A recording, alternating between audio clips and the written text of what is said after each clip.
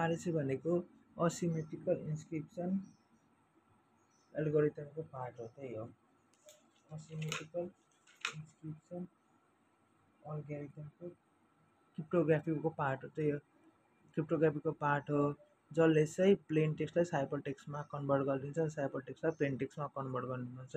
Inscription हुने काम हो। यसको एल्गोरिथम के हुन्छ भने चाहिँ दुईवटा लार्ज प्राइम नम्बर सपोज गर्नुपर्छ। प्राइम भनेको थाहै छ 1 3 5 7, 1ले मात्र मल्टिप्लाई हुने पी र क्यू। त्यसपछि भनेको एनको भ्यालु कम्प्युट गर्नुपर्छ, मल्टिप्लाई गरिदिनुपर्छ एन इन्टु क्यू। त्यसपछि 5को भ्यालु गर्नुपर्छ p-1 q-1। त्यसपछि ईको भ्यालु चुज गर्नुपर्छ। ईको भ्यालु जसरी चुज गर्नुपर्छ कि 1 भन्दा ठुलो अनि 5 भन्दा चाहिँ सानो हुनुपर्छ। अनि यसको ग्रेटेस्ट कमन डिभिजन चाहिँ 1 हुनुपर्छ। अब 1 जस्तो 1 भयो, 3 भयो, 7 भयो, त्यस्तै चुज गर्नुपर्छ। अनि त्यसपछि चाहिँ डीको भ्यालु फाइन्ड गर्नुपर्छ। डी भन्नाले के हो भन्दा चाहिँ प्राइभेट की हुन्छ। डी भनेको चाहिँ प्राइभेट की भ्यालु हुन्छ। ई भनेको चाहिँ पब्लिक की हुन्छ। ED is equals to 1 mod N. यो कसरी आयो भन्दा चाहिँ प्लेन टेक्स्ट साइपर टेक्स्ट हुन्छ। यसको मेथड भन्दा चाहिँ प्लेन टेक्स्टलाई साइपर टेक्स्ट जस्तो एबिसिडीलाई अब साइपर टेक्स्ट भनेको नबुझ्ने टेक्स्टमा कन्भर्ट गर्नु पर्यो भने C is equals to P E mod N हुन्छ।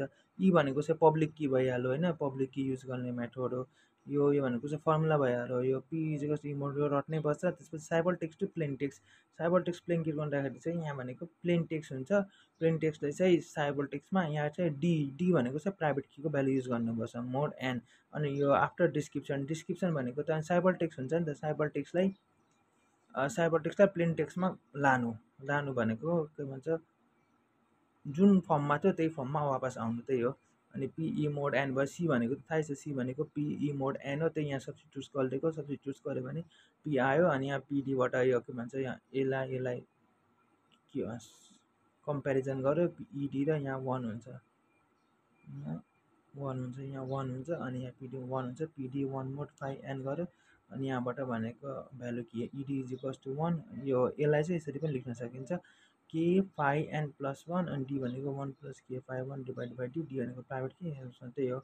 प्लेन टेक्स्ट हुन्छ। प्लेन टेक्स्टमा के भन्छ आरएसमा दिन इन्स्क्रिप्सन गर्छ। इन्स्क्रिप्सन गरेपछि साइपर टेक्स्टमा कन्भर्ट गर्छ। साइपर टेक्स्टमा कन्भर्ट गरेपछि फेरि यसलाई प्लेन टेक्स्टमा आउनुको लागि प्लेन टेक्स्ट हुन्छ। प्लेन टेक्स्टमा आउनुको लागि प्राइभेट की युज हुन्छ। अनि पिजी कस्तो सिडी मोड एन हुन्छ, यसरी हालिन्छ। यही हो फर्मुला भनेको।